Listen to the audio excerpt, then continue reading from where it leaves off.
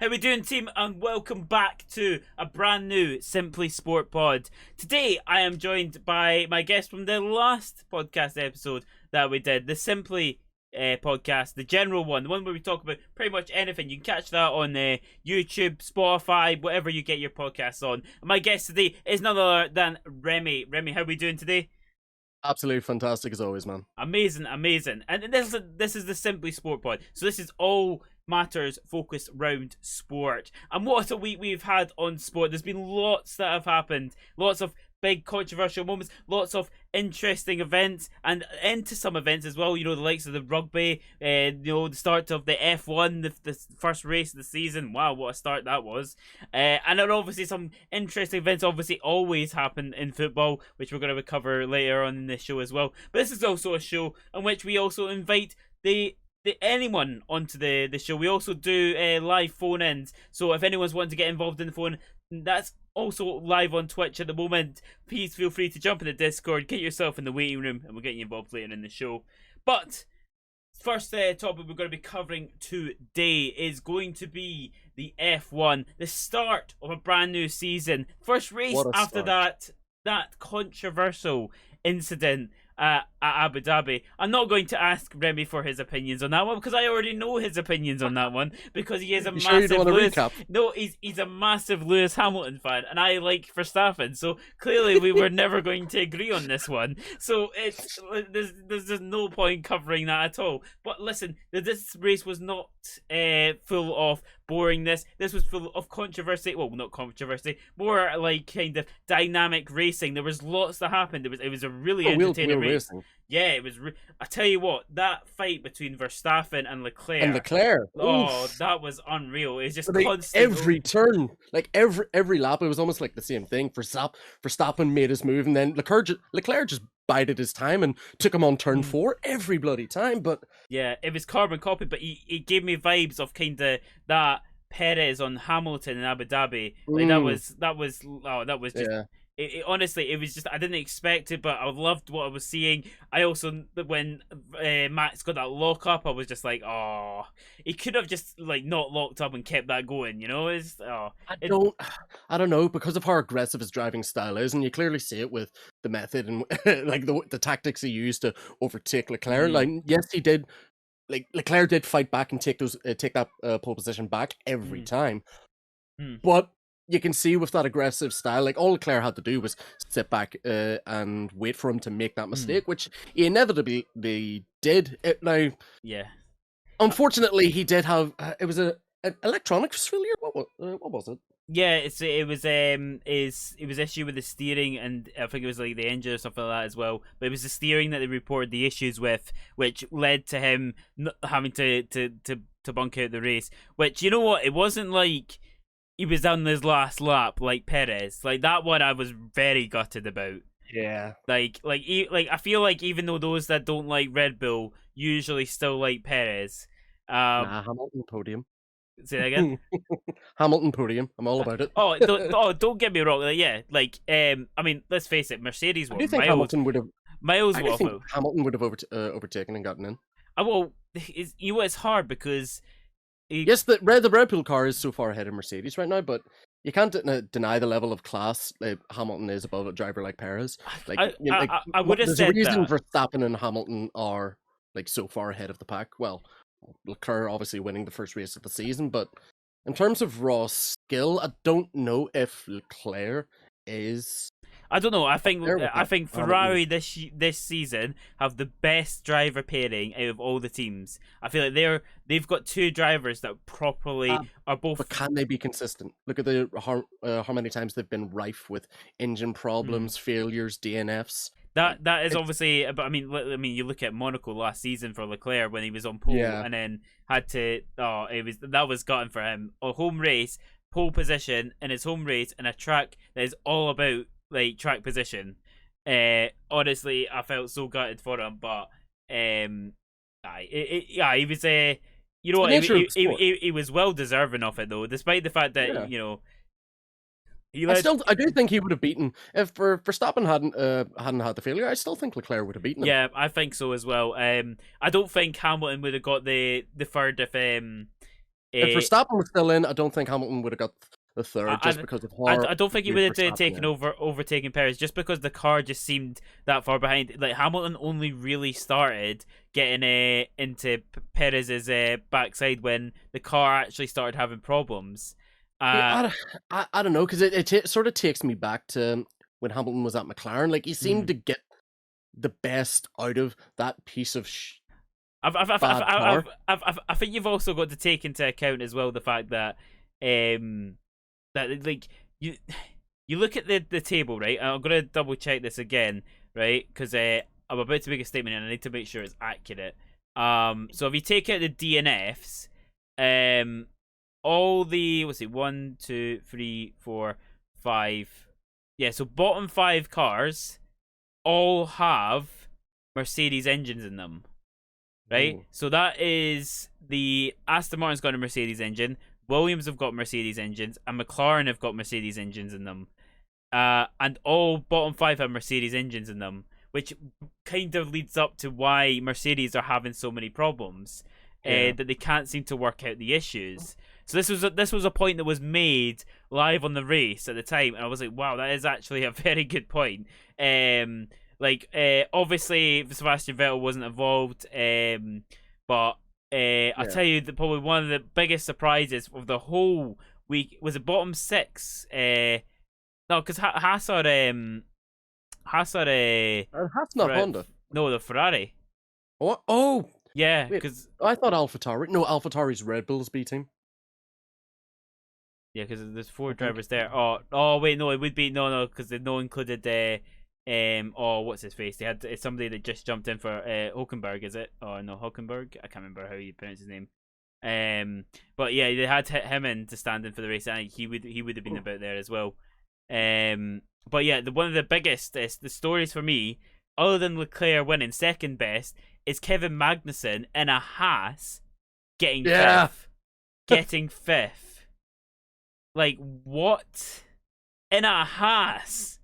I mean, yeah, Like stuff like that has happened. Look at was it last season? Esteban Ocon got a race win.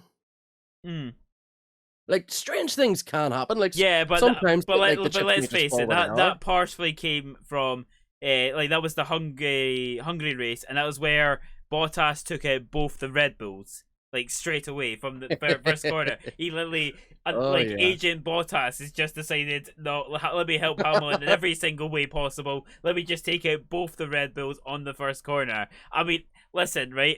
If like no, that was the most fixed thing I've ever seen in my life. Oh, you're talking about. Never You really want mind, to go never into mind, fix? You want to talk about the FIA? never mind Abu Dhabi. That is the most fixed thing I've ever seen in my life. Like a driver that is like, you have to turn in this corner, Bottas. No, I'm not turning. I'm going straight for both the Red Bulls. See if he just taken out one, I'll be like, okay, fair enough. It was both the Red Bulls he took out. Was there ever any proof of a steering malfunction for that? I don't think so because he got a big grid penalty, I believe, Yeah. afterwards.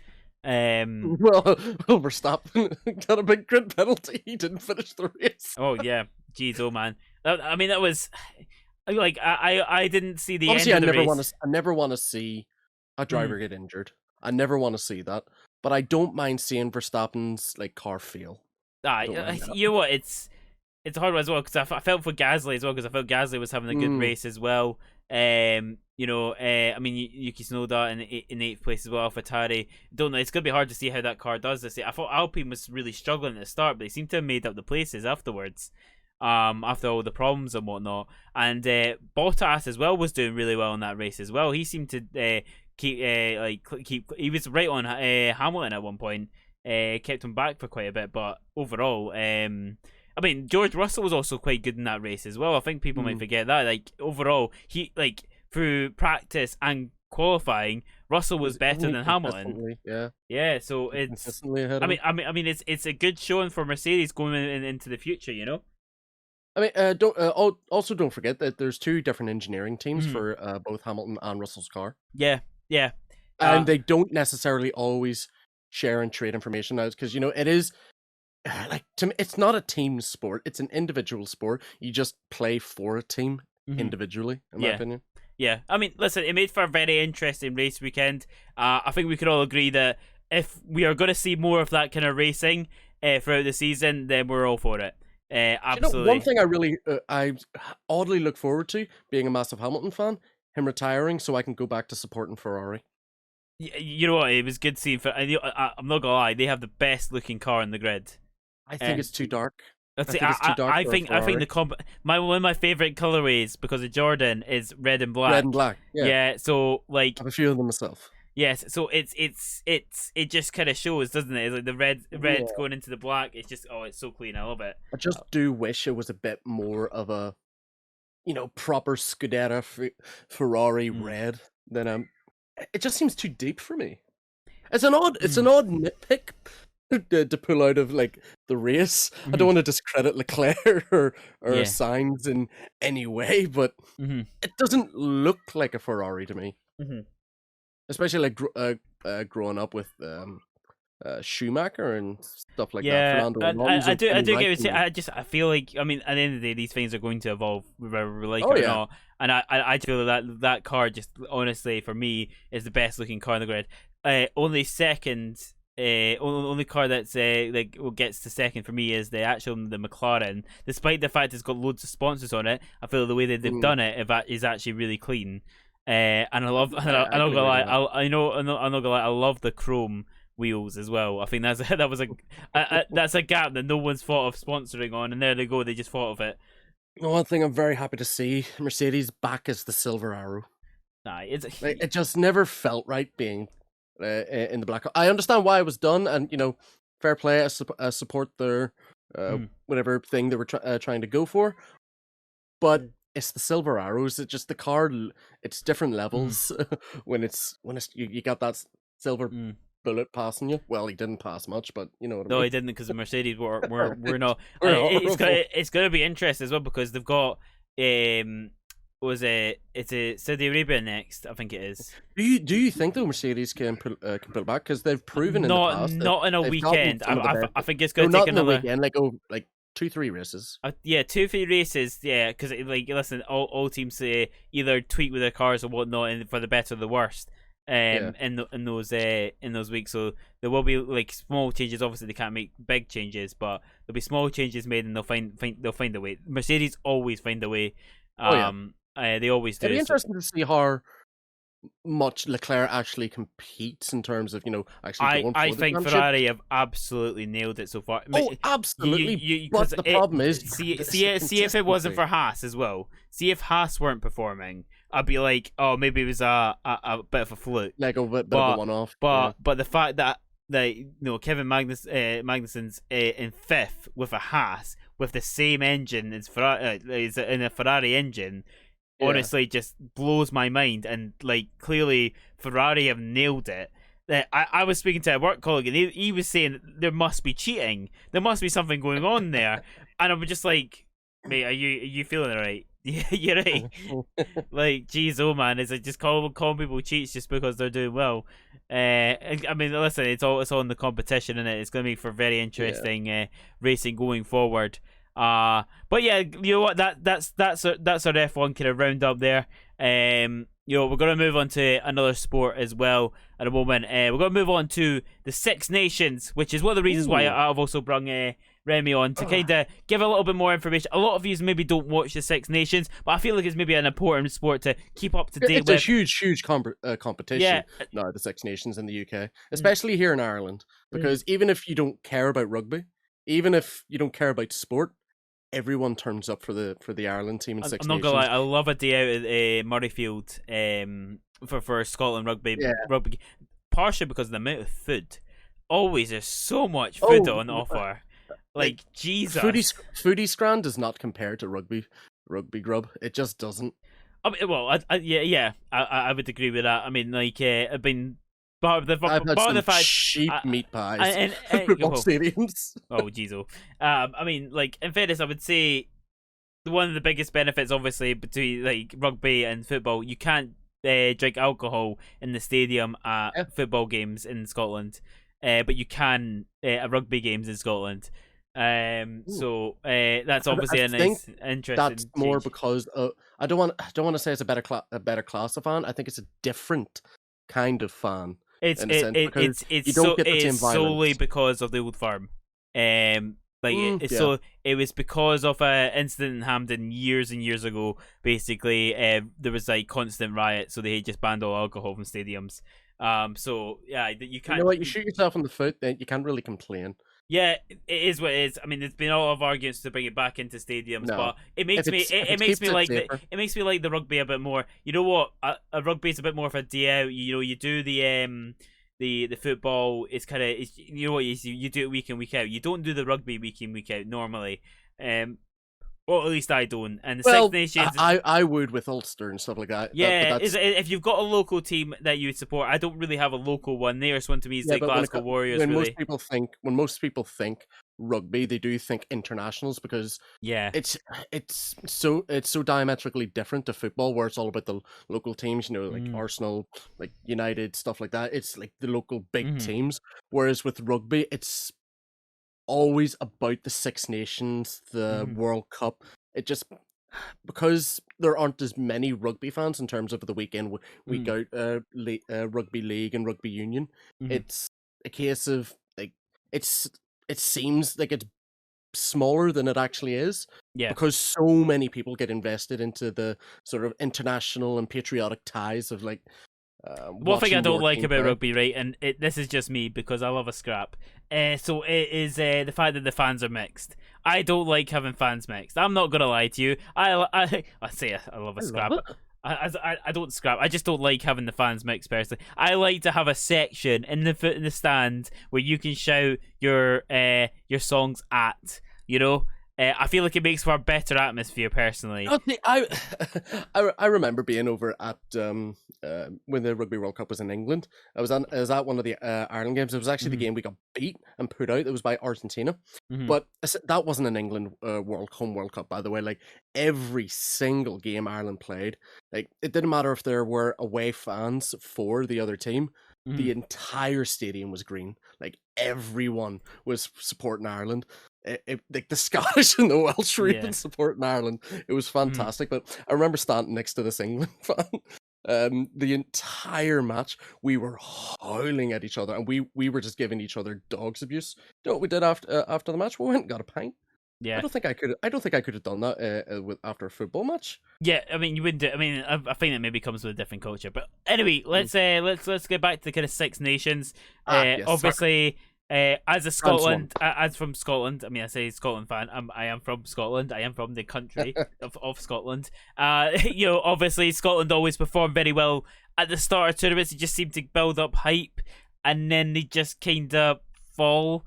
It's kind of like the Scottish football team as well. It's a hard The time. biggest problem Scotland had, and like it was really driven home again the match against us there on the final weekend, was that they played really well against us for the first 12 odd minutes. Hmm. See, once we like they were defending well and they were pushing and I think it was attacking. 0-0 up until then, wasn't it? Still, Yeah. yeah. But whenever we scored that first try, it's just sort of like sunk them. You Mm. could almost see the players just give up, Mm. and they did fight back. So they did. They brought it a little bit even, but then we just ran away with it Mm. in the end because there's only so like Ireland. My biggest problem with Ireland is that attacking, we are one of the best teams on the planet, if not the best, in terms of our Mm. quick ball, like pass, like getting the ball Mm. about, like a quick lob over from Sexton. Um, I don't know, Heaslip running down the wing, but it's a case of our defense always lets us down. And Scotland, we're like punching holes, but Yeah. there's only so much abuse a defense can take, and we Yeah. saw the same thing with Ireland versus Can I check? England. Is that Ireland won the Six Nations? Like, No, we came second, but we were by far the best team and highest scoring team so in who won the Six Nations? France. France France. today. Jeez, oh France man. beat us 30-24, so they did. Oh, That's why they like we were arguably the not arguably we were the better team in that France game, but again, defense let if you we down. had defense let us down. Mm. France's defense were good, but we just broke them down. Mm-hmm. So it So where did England come then? Oh, England. I think where did England come? I think they came fourth. Fourth. Fourth did they come? I'm actually gonna have to pull this up here because I know Scotland beat them. I know France beat them. Hold on. I'm actually gonna Because it wasn't really that long ago that England won the Six Nations, was it? Yeah. No. Yeah. Okay. Yeah. So England were third. Third, fourth, tied with Scotland. They beat Scotland on points difference. Oh, jeez, oh. Because I think this is the first time in 30 years, I think, Scotland have won the Calcutta Cup. So there's a trophy called the Calcutta Cup that can only be won by either Scotland or England, and it's whoever wins out of those two teams. And it's the first time in like 30 odd years that Scotland have beaten England. No, that doesn't. And I think they beat them at Twickenham. Hold on. Right, that doesn't bode well for being Scottish, you know. Like, you know, like we haven't beaten England in 30 years. See that happened in football? Oh my god, man! In fairness, actually, I don't feel like that's going to be a million miles away. I can't remember the last time we beat England in football, so it is what it is. But in rugby, geez, oh, say it again. Like you see, like Scotland finishing fourth, tied with England in the Six Nations. Oh, as they finished fourth, yeah, but you gotta realize, like, Ireland, France, England, Scotland, Wales are all within the top 10 teams on the planet. Like, they actually are in the top 10 teams in the world for the rankings. Like, no game in this is easy. Are New Zealand still like up there, or are they? New Zealand, New Zealand is still up there. I think they're currently sitting. And South Africa is the other one. Is South Africa, they're the current world number one, so they are. I was testing my rugby knowledge there. I knew those two were probably the two best teams in the world. Still, I think when you're looking at it, so I was like, they'll be there somewhere. But yeah, no, fair enough. Well, listen, that was a good little roundup of the rugby there, because I was like wondering how. I'm not gonna lie, I don't watch the rugby very often. I watch if there's no football on. But I will say though, our match against England, it is our largest ever victory over them in England. We beat them at Twickenham. What was the score? 32-15, I think it was. But that was in England. Like, England don't usually get beat that bad at Twickenham. Oh jeez, oh man! I was watching that in work, so I was. I'm so happy the shop was empty because everybody was out watching the Ireland England game. As you would sometimes, yeah, because I know obviously it's a big sport in Ireland as well, and Wales as well is huge. Scotland is not massive, but it isn't small either. And I know in England, in certain areas, it's really big. Because I know rugby league is quite big in England as well. Yeah, rugby league's quite popular in England. Yeah, so it's not huge in Scotland, so there's not like much demand for it. But everyone loves the Six Nations in Scotland, so it's kind of the other way on that one. But listen, that was good. We round up of the rugby there. Team as well, will remind you, if you want to get involved in the phone-ins, please feel free to jump into the Discord. You can come in with a topic, or we can even ask you questions about maybe the team you support and stuff like that. It's completely open. And remember, if you are the best call off the podcast, you do win yourself a tenner as well. You know, we tenner on a couple pints, why not? In fairness, actually, coming home from the Livy game the other day, I spent a tenner on a chippy, and I'm like, how? £10 on fish and chips, like that is daylight robbery. That, jeez, oh man, that's Edinburgh prices, centre of Edinburgh prices. But hey, listen, we're not here to talk about food. We talk about food in the other podcast. So that anyway, we're gonna move on to our next topic. Now, this one is a really interesting one, right? This was a topic that I first saw on Talksport, and I was kind of like, why is this an issue? What's going on? And then I read into it a little bit more, and then it kind of opened up, and it was on the controversy of the United players going out and kind of after their loss to Atletico Madrid, they're out of the Champions League, but the fact that they were pictured in so many different places going out. Oh, it was a world tour, essentially. Yeah, basically. There was I think there was Sancho in a party in Dubai. There was Rashford, and Rangnick was in Barbados. Yeah, there was Rashford and that were at the boxing. I can't remember the boxing. Was that Dubai as well? I think the boxing was Dubai as well. I think it was, but I don't think Rashford and Sancho were together. No, In that. no, I don't think they were. I mean, in fairness, Bai was he actually did he wanted to work on his fitness, so he went to Spain to work on his fitness, which I don't mind. That's actually all right. No, that's respectable, but the Yeah. rest of the squad, I don't. Oh, don't swear. What are they thinking? Like, I know I competed at a fairly high level, and if I ever came away with any kind of defeat, I would go straight back into the gym, straight back out onto the mat, train every day to like work out every kink and mistake. They're out partying after they got dumped out Yeah. of the Champions League. Yeah. You know what? You didn't even play well. You know what? It was like it was interesting, right? Because I was reading a lot on it, and I also listened to the TalkSport argument as well, and it's hard, right? It's so easy for us to say, like Jack, someone just said in the chat there, you know, the fact they aren't robots. Absolutely, they're not robots. They're allowed to have lives.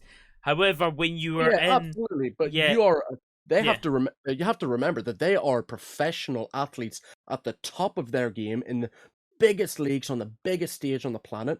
Not necessarily that. It's also the fact that it's more like the fact that they're Man United in many ways as well. It's not even so the spotlight's always on them. Like you could be in the Premier League, but necessarily the fact that you're playing for Manchester United, you are on ridiculous salaries. You're getting paid to be role models, basically. Yeah. I do disagree with the whole role model aspect of it. It's not their job to be a role model, in my opinion. I've always had a weird thing about that. I feel like when you take that contract, you are accepting the fact that you are going to be a role model, and you are one of the biggest club in the world, debatably between Man United and Liverpool. You're one of the biggest clubs in the world, and you're taking a contract to be playing at that club. Your eyes across the world are on you constantly. That's completely understandable, and you should accept the fact that kids are going to look up to you as a role model. But that's not why you're signing that contract. That's not your job. It is not their fault. It's like, they should take that into consideration. Don't get me wrong, they should. Yeah. But I don't agree that people should be blaming them, saying, "Oh, you can't do this, that, and the other because you're role models." Like, they didn't ask to be role models. Yeah, when they don't ask for it, but maybe they do. Like it's thrust upon them. You see, you can see it's thrust upon them maybe because like I think Danny Murphy was kind of making the argument before, saying back in when he was playing, the fact that there was teams as well, the fact that they were going out doing stuff, but at the same time they didn't have social media at the same height it is now. They could go out after a loss, but maybe just kind of sunglasses on or something, kind of hide a little bit at the same time. But it's I don't necessarily fully agree with what Gary Neville was saying, but at the same time I don't disagree with it either, because Gary Neville was saying how there was a time at Manchester United where even after a draw, Man United players wouldn't have been seen in a local Italian restaurant. They wouldn't have been seen just like socializing. Never mind going to Dubai. Never mind going to Barbados. I mean, I'm not gonna lie. I thought the Barbados one was a bit odd. I thought that was like Rangnick was a guest of honor for the West Indies cricket team. Yeah, I mean, you know what? It's hard because like if these plans are made before the game, right? I'm not expecting necessarily for you to kind of cancel everything. Yeah, but play low a bit at least. Yeah, it's like maybe you don't do the ringside seats. Maybe you don't do because you have to be aware that social media is a thing. There needs to be more, I would say, protection for younger players, because in terms of there's clearly a lack of maturity when it comes to how much weight is put on their shoulders. Like, they're not just playing football anymore. They have social media teams, like brand management, things that are not, in my eyes, important or good for the sporting world. They're good in terms of like how big it can make it and how connected it can be. How connected it can make people across the entire planet. But in terms of the players and the sport itself, it's been nothing but detrimental. Yeah, you know what? Golding and Jack both raised Imagine Gaza two these really days. good points here. They talk about the fact that, you know, Jack was talking about how Gerrard was punching TJs apparently on his title race. I mean, we saw the title race ended there. Rooney had multiple scandals. Obviously, when I briefly remember some of them for the title races and whatnot. It was just I feel like Rooney was in the news actually almost every week. Actually, never think about it. Yeah, Uh, like he was. I wouldn't Rooney quite. was a bit of a I character. wouldn't quite say that, Goldie. But yeah, I'm not gonna repeat that for the podcast. But Oh, he was. but yeah, He had a proclivity for the older yeah. lady. Well, yeah, that's plenty, Remy. So yeah, we had obviously Goldie's mentioned about the fact that social media makes things out worse than what they actually are. Yes, they can be taken out of context a little bit. I mean, you look at the Ivan Toney. I don't know if you saw that most recent Ivan Toney video. Basically, somebody just comes up and asks him, "What do you do for a living?" It's one of these ones where they like to see your car and they come up and ask you, "Oh, what do you do for a living?" kind of thing to find out why you got the car. Basically, he says he's a professional footballer. He's then asked, "Who do you play for?" And he says, "For no one interesting." Which is a complete. This is the second time. So see if this wasn't like. Who's Ivan Toney play for? He plays for Brentford. Who obviously in the Premier League, he was a striker that basically got them into the Premier League. Let's be honest here. Without him, he wasn't gonna get to the Premier League. Yeah, but if it wasn't the second time that he had kind of bad mouthed Brentford, it's just like, come on, man, have a bit of common sense. Like, have a bit of class. You've clearly got the camera right in your face, and you are then bad mouthing the team that pay your wages, bad mouthing the fans that come to watch you every week, and yet you are still giving this like Brentford aren't that big a club, you know. If I was a fan of Brentford, I would be furious at this. Absolutely. But you're also in a difficult situation because without Ivan Toney, you're kind of screwed because like your Premier League's pretty much over after that. You lose your best, right? Probably. I think there needs to be more media training for these players. I don't think I don't think they're made aware of how it needs adapted. I don't think it's necessarily more. I think it needs adapted. Media training is different to how it was years ago. You've got more eyes on you now. If a camera is shoved in your face, you need to know what to do. I don't think this training is bugging early enough. What way does that become adapted? That you can only be yourself in a closed environment? I think this comes back to the contract situation. If you want to be a professional footballer, you have got to expect stuff like this. You know, people that are movie stars you've got to expect it, but you shouldn't accept it, in my opinion.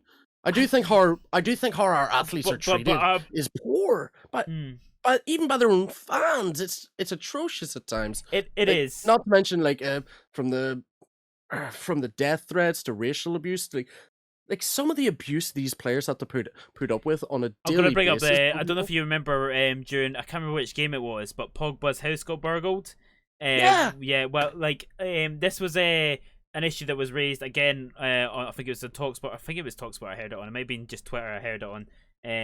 Where basically someone said this should be the club's responsibility to protect these players' homes. They should be hiring security for these when players are away at different clubs or away on Champions League. They don't have people in the houses it should to also protect. be the responsibility of humanity not to be so. I think it's a bit deep, mate. I don't know how likely that is going to happen. Let's listen to the Simply Sport pod and let's broadcast the humanity that you all need to stop being not so nice people. If you couldn't tell, I'm trying not to swear on this podcast. Yeah, not being able to swear. It's really making it difficult to talk about this. Yeah, don't be bad people and burgle people's houses. Oh, don't be silly. Yeah, don't be... No, right. I mean, I feel like I'm making light of the situation. Guys, don't burgle people's houses. Should it be the club's responsibility or should it be the players' responsibility? I mean, it should be a mixture of both. I think a mixture of both. I mean, they think they should there needs to be more of an, because these clubs know that they are. When you step onto that world stage, you're essentially paint a target on your back. Whether that's a good thing for like sponsors and stuff like that, or that's a Yeah. negative thing for any time you slip up. Be sure to know that there will be millions of people out there that are gonna slander your name across all of social media. And there is the more dangerous side of things when people do like confront them on the street, when people do obviously break into their houses.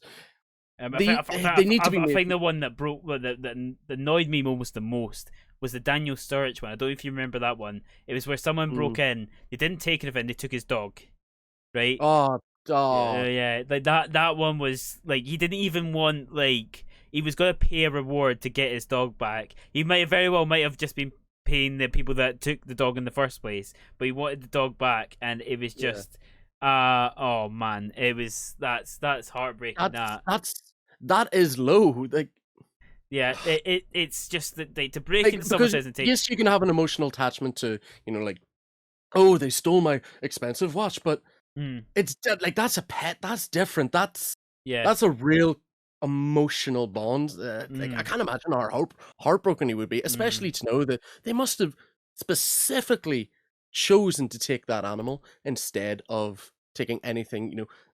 There are hundreds of things that are worth 13, 20 times the amount of that dog. Well, and yeah, no, but money wise, yes, but obviously, kind of emotional wise, it's just like. Oh yeah, no, the emotional value is. Yeah, it's yeah. You know what? Like that side of things, obviously, we can't condone in any way, and it's despicable the fact that, like, people think, oh, they're out playing football, these houses are going to be empty. That side of things, absolutely. It used to happen to Gerard. Yeah. It's obviously that side of things. The side of things where we were talking about before, about the fact that they are in the public eye. They sign these contracts. They are professional athletes. They are celebrities. They're not just professional athletes. They're also celebrities. Role models. They've just been knocked to the Champions League. And yet they are travel. I mean, best word I think to describe it, in all honesty, is probably gallivanting across the world. A globe-trotting gallivanting. Yeah, I'm not saying you can't do. They are still human, I'm but not, they do need to realize that you're a professional. You play for Manchester United of all teams. Like, that's my team. Like, that just makes me feel like you don't care. Like, you'd rather, like, yes, you should be able to go out and live your life. But straight after you get put out, like, I think it was the words that were used were like, what was it? Sense the room, was it? I think it was like, just kind of sense of the situation, like read the situation, that's it. Read the room. That's it. Now, if they win that Champions League match, if we go through, nobody bats an eye at this World Tour thing. Yeah, it's the fact that they lost. That's why people care. They want to know that they care just as much as we do, and that they may care just like they probably care more than we do. But out of the context that we get from these images and these videos, that's what we see. Like the part that actually tells me that like Rashford of all people actually does care more than most. He was heckling back at a fan. That like I can understand. Like he's clearly emotionally driven to the point, and he's rightfully angry because since he's come. I'm gonna play devil's advocate here, right? Okay. Should he not have after knowing full well that the Phil Foden incident had happened not that long ago at boxing as well, should he not have taken that into account? That the fact that I think that's a little different. Well, like this is like immediately out. Like this is at a football match. No, but I'm talking about the same. Like the fact that there's been these incidents of abuse at boxing matches. Should he not have got like a private box instead of being ringside? Oh no, absolutely no. Yeah. Because he's not. I thought you meant like should he have like taken into consideration if he takes that step to get the box, right? Yeah. Then he doesn't get heckled. He doesn't get. This doesn't happen. He should be smarter to. Oh no, I was things. more so on about the heckling like at the football match. At the football match, right, okay, yeah. Because I know what I was on about. Yeah, I know there was incidents and stuff obviously at boxing as well, but it was the fact that it's been. I mean, I obviously was like obviously I didn't want anything to like the Phil Foden incident. Obviously, the fact that his mum getting hit and stuff like it's just not on and whatnot. But it did raise the point of fact that why wasn't there more security there? Why wasn't he like he's a You big don't figure notice in there seems football. to be less and less security at these boxing events Well, of recent years. I believe security jobs have not risen, like actual like people getting hired in them is not Yeah. risen in the past several years now. So it's just not great that way. And obviously, I mean, in fairness, if you offer people so much money, like I'll be security, I'll probably be shocking security, but I'll be security for £500 an hour. Like a big Simply Spuds just there, just rocking up like. Who's messing? Come on, you want some? I'll give it. Don't mess Yeah. with the spud. Oh dear, man. Doesn't even wear a uniform. He just wears a Mr. Potato Head costume. Oh man, it's like I'll get my horse's head on. I mean, some of these people have seen me. You was the security at that Deji fight, wasn't you? Oh jeez, oh man. Yeah, that was not a good night. No, that was interesting to say the least. Aye, pretty much, man. You see that guy that ran on though?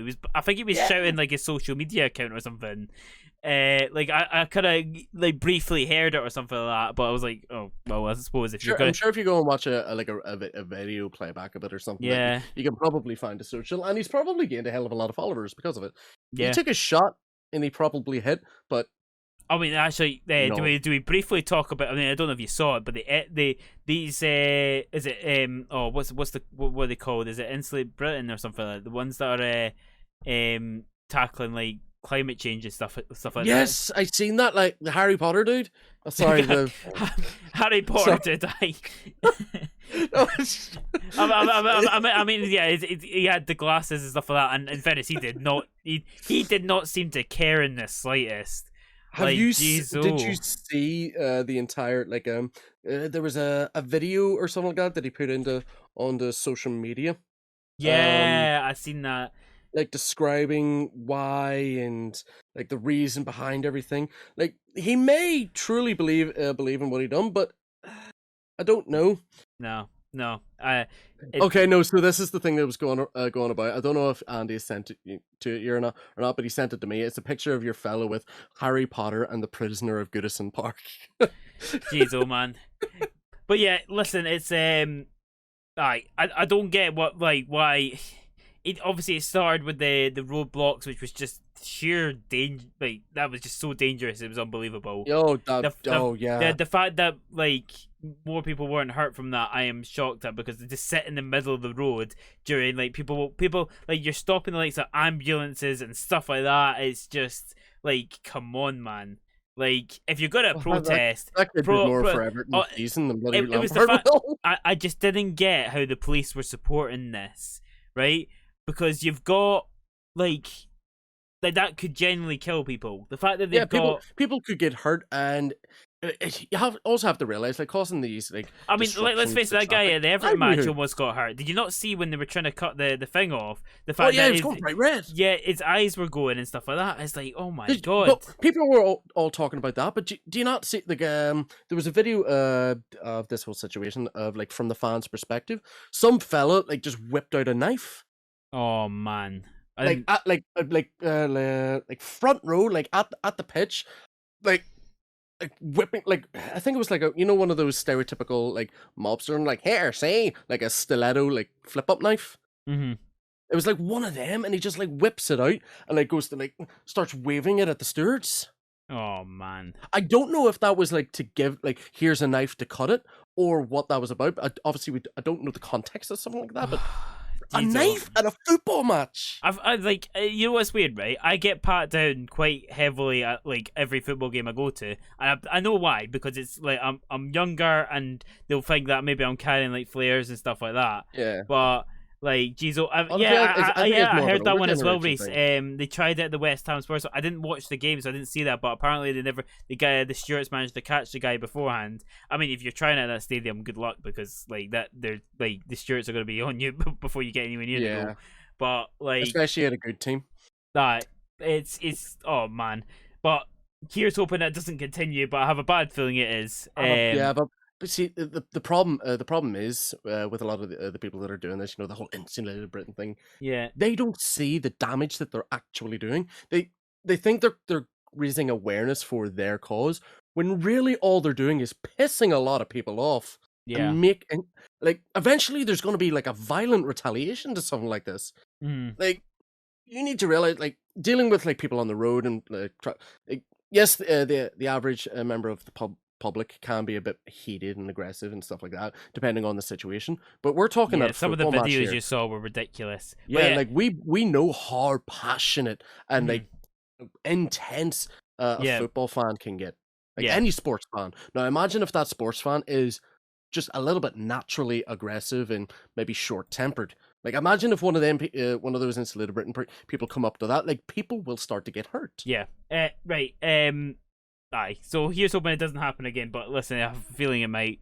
Yeah. We are actually going to move on to Everton as our next topic of discussion because, despite that game with the guy that attached himself to the goalpost, Everton won that game in the end. They won 1-0 through a nice bit of play actually from Everton, despite the fact they went down to 10 men. That's about the only occasion I have seen this season from Everton on where they have conceded something and then I've bounced back. I think like as soon as Everton seem to be hit, they just fall over. I mean, when where Frank Lampard was like, like I heard his comments after the Crystal Palace match, and he kind of just went average goal. About the goals he conceded, and then I was like, you know what? He's right. Like none of the goals were spectacular; they were just defended very poorly, and like they just seem to be like it's like a boxer that gets hit and they're knocked down straight away. It was like Jake Paul versus Gibber. Like, you know how he just had absolutely no stance whatsoever. Yeah. I mean, He oh, blocked with his nose. I mean, honestly, he was. Oh, that. I mean, that Oh. should then. On the topic of these like celebrity boxing things, before like we continue Yeah. on with the Everton conversation, did you watch the Eddie Hall Hafthor Bjornsson? I didn't, but I saw the punch that finished it. Jesus, Yeah, like, who what in the a right mind hit! thought Eddie Hall stood a chance? What a hit! There's a reason the man's called it- Thor. He is the mountain. I mean, He's got by like what 15-inch reach over him. I'll be honest with you. I haven't I haven't watched enough boxing to know this, but I haven't seen many fighters that are the smaller That of the big, two no. that actually win. No, Like no. I've not seen many. I think the closest I've seen is probably Jake Paul KSI, and that's like not a great example. Jake Paul, yeah. Logan Paul KSI. Yeah, Logan Paul KSI. Yeah. I mean, like that hit he did, it was just like dash. Well, the best example of dash, that you could use bang. is Anthony Joshua Ruiz. Oh yeah, I forgot about that one. Yeah, Yeah, because like technique can do it for you, but if you're that heavy, that big, that bulky, I just you're gonna have to close too much of a gap to be able to get in there, and when you close that gap, you're gonna have to take punches to close that space as well. Yeah. You have to take a hit to land too, kind of thing. And if you one hit from one of those lads, yeah, we're not waking up. yeah, that hit was something else, and the fact that oh man, it was mad. But listen, that defense was just about as strong as Everton's, because Everton are honestly. I'll be honest with you, is if I can't, I would have said they're going down. However, the teams below them seem to be even worse, and I don't really know how. The only team out of the ones that are below that I actually see potentially coming out is maybe Burnley. I thought Watford, but in all honesty, they don't play that great. Despite the fact that they have got actual quality players, they've got Sarr, they've got Dennis, they've got Sissoko. That boy's getting bought up. Yeah, they've got some decent players, but they just play awful. So like, Leeds are lucky, and I think they will stay up. I think, I feel like they've got enough in the squad just to kind of stay up, but they will only just stay up. We'll see how Jesse March does. I think it's a massive mistake of Lampard should never taken the job. No manager can fix that in the amount of space that he has. Yeah, he shouldn't have taken the job yet. I feel like maybe Oh they yeah, take should it have. in the summer. Take it Yeah, after the season ends. yeah. I think it was Because this hard. is just going to damage whatever Yeah, work he has to do. Like nobody's going to believe in him. Players won't believe in him. The board won't believe in him because they might get bloody relegated. like he works best with young players. Mm. But however, he's made some bizarre decisions, right? And what I mean by this is that you look at the teams that he's selecting, his substitutions. Like he's not picking a team that, in my opinion, is the best lineup he has available to him. Now, obviously, certain things can contribute to this, injuries and whatnot. But he's playing Coleman at right back, and he is poor this season. He is really bad. He's got Patterson on the bench, who was bought from Rangers. He's Scotland international. Whenever he has played, he's looked very good, but yet doesn't get a game. He's got Van der Beek, who he seems to not play. Obviously, Poor Donny. yeah, like don't get me wrong, like Dele Alli, he's kind of been off it for a long time, and he will take time to get up to it. But Van der Beek is one of the ones that you're always going to see he wants to get on the ball. But but midfield just doesn't seem to do it. I mean, I don't know what's up with Decore. He just doesn't seem like the same player he was last season. Their attack wise, I mean, it's very up and down. I mean, like Gray's been okay at times, Iwobi's been okay at times. Calvert-Lewin obviously has been injured for a lot of the season, so obviously that's not helped. He's still going to take time to get up to like full fitness again. Yeah, he is, because he's been out for a considerable amount of time. Obviously Arsenal were looking at Calvert-Lewin, but honestly I hope they don't. But Richarlison, he's been he's been really off it. Remember when Barcelona were in for him for 50 million? Yeah. Like, Jesus, man. I think Everton should bite their hand off for that now. I mean, oh man alive. Well, everyone can look smart with. In fairness, actually, she makes a good point. Andy Gordon has looked. I mean, he's looked good, but has he just looked good because Everton have been that bad?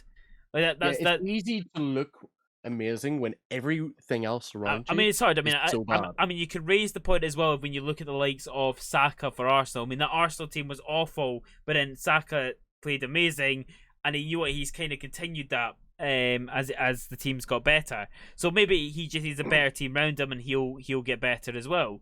So it's a hard one to tell. It's a hard one to tell. Is the team just that bad?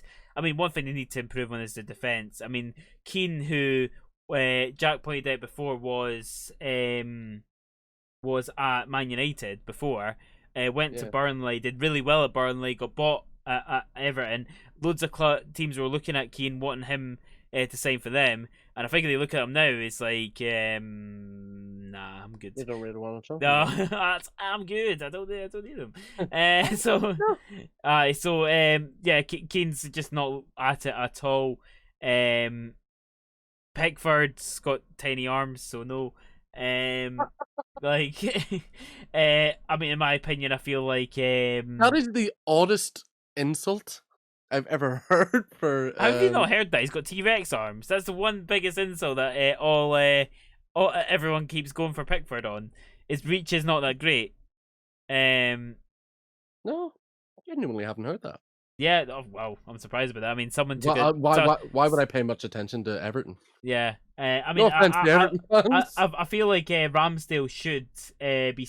I mean, this is going to be an interesting one, right? Anyone that's an England fan or been watching the kind of English football, do you feel that Ramsdale should start over Pickford, or do you feel Nick Pope should? This one's a hard one because it's going to depend on how much you have watched the keepers. In my opinion, it should be Ramsdale, no question, because Pope plays for Burnley, currently second from bottom. You've got Pickford in an Everton team that has got absolutely nothing to it, and I don't think Pickford's been good either.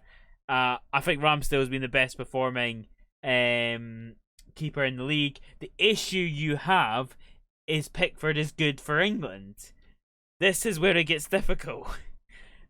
Southgate is built. This is why Maguire has gone. I mean, Maguire, I thought, is one of the worst decisions I think Southgate's made as an England manager. How he has got into that England team, I have no idea. He is, oh man, how he's still playing for Man United? Score a header for them. How is he still playing for Man United as well? Like, I'm sorry, I had to bring it up. The fact that he defense. Like, He can get better. yeah. Oh, don't get me Leave wrong. old slab head alone. That's As a our football donkey. coach, I know the one thing that you can coach everyone on, right? Just pure organization is defending, right? You get everyone aboard with your way of defending. Even if it's sitting back. Sitting back's the easiest way, because everyone's condensed and you just stay tight. You just stay I tight. hate that style of defending. Yeah, no, I no, love to see a no, player go to no, their no, man. no one likes it. But you know what? It gets players' confidence back. You start with that, and then you come out. Arteta got criticised for it when he started playing that way. But you know what? Look at the confidence the side's got. You know, Sam Allardyce get criticised for playing that way. But you know what? The amount of teams he got out of relegation because of it. There you go. Tony Pulis played that way with Stoke. Amount of teams he got, amount of times Stoke got mid-table every season with probably what was very average footballers.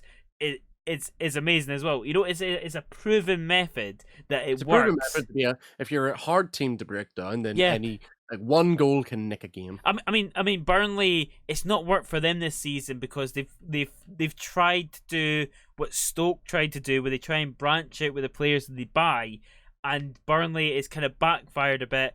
They've got the smallest squad in the Premier League, and it's really showing now. They just do not have the depth, and they are probably going down this season because of it as well. I mean, I remember when Stoke came up and they were getting buying players like Bojan, Shaqiri, like players that were actual real quality.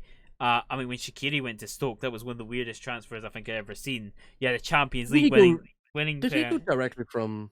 He went from Inter, I think, straight to Stoke, which was just honestly a mad one. Yeah, I mean, set pieces is obviously a good way, but listen, it gets your confidence back, and you know what? From when you have confidence, you can then build upon that to then play the style of football that you want. It's standard, it's basic coaching. That there are other ways to go about it, but they do go into a bit more complicated forms of coaching, and that is beyond my knowledge on that one. Simeone is another one, to be fair. However, his is a little bit different. His is kind of sitting back but high press, and then pushing up at the same time. It's a lot more complicated than the kind of Sean Dyche kind of way of playing. It's Bravo mouth. Yeah, I think I always want to give him a limb sip all the time. Like, just, I mean, in fairness, listen, you know, I love his voice at the same time because it's so iconic. It's you know it's him. You always know it's him. Yeah.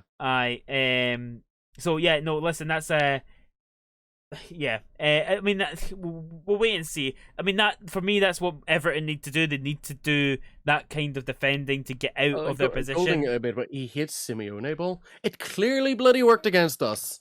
Yeah, clearly put us out. Yeah, I mean, you got to remember it worked against Liverpool. Was it the season or two before? When they were got knocked out at Anfield by Simeone. You know, so there's a reason these tactics exist. Yes, they work. They do. Yeah. You what? I'm a Livingston fan. I love these tactics. You know, what can I say? Listen, if they work, they work. At the end of the day, if they get you points, if they get you the money to keep people's jobs for another season, then absolutely all for it. I mean, this is one of the reasons why I was so critical of Bielsa for Leeds when he refused to play any other way than the one way. I was like, it's just so naive and arrogant to say that, to not be willing to at least grind out a result to try and like get yourself and keep yourself in the Premier League so you don't lose 140 million and then lose jobs at the club. Like, honestly, it was just I love Bielsa's way of playing, and it's great when it's working, but when it's not working, you have to change, and he didn't, so it is what it is. I mean, in your opinion, do you think Bielsa would work at United? I don't know, because you have to look at it this way. Would Bielsa be able to cope with the egos in our dressing room? I don't think the kind of person that you need to can cope with our egos. I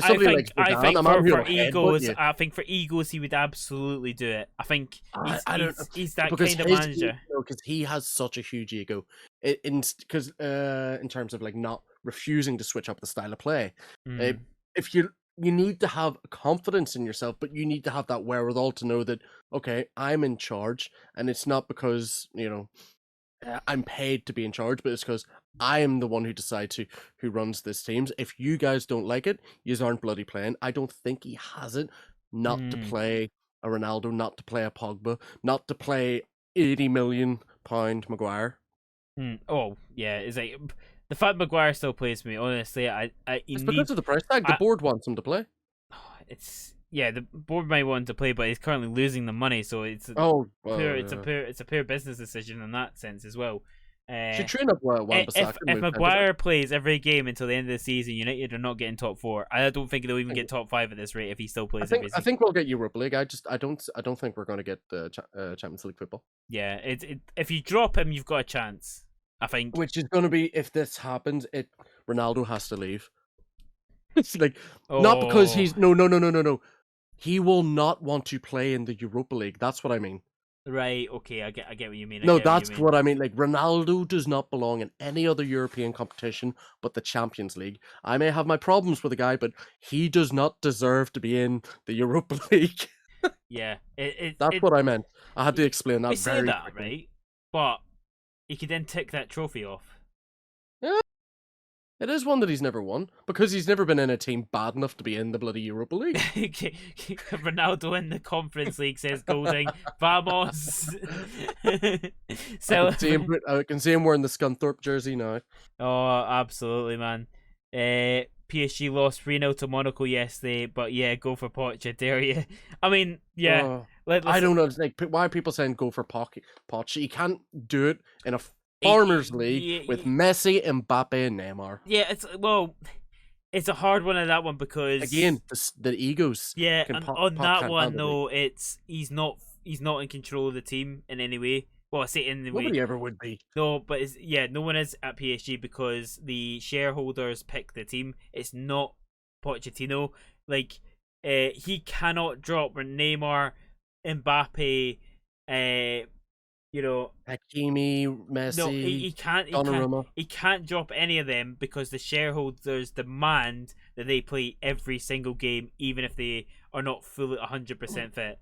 Yeah. Basically, if they make the bench, they have to come on. So like it's not really all his fault, but Pochettino suits a project. He doesn't suit a finished article. Like, he will get you to just up to the Champions League. I mean, look what he did with Spurs. Spurs made it to the Champions League final. Spurs. Right? Yeah. Right? I'm going to say this again. Spurs, he made it to Champions League final with Spurs. Right? Golding, I do not ever see Zidane going to PSG. I think he has too much respect for himself. Well, that I could see because the discredit. Look at the discredit is brought on Messi's name. Look at how many people, including myself, who no longer. He's not my goat. Messi's gone in the summer, by the way. There's no chance that he doesn't go back to Barcelona. After this season, there's no chance. Barcelona now have the money to pay his wages, right? They now have the money to pay it. They got the £700 million loan from Bank in Spain, which they have 25 years to pay off.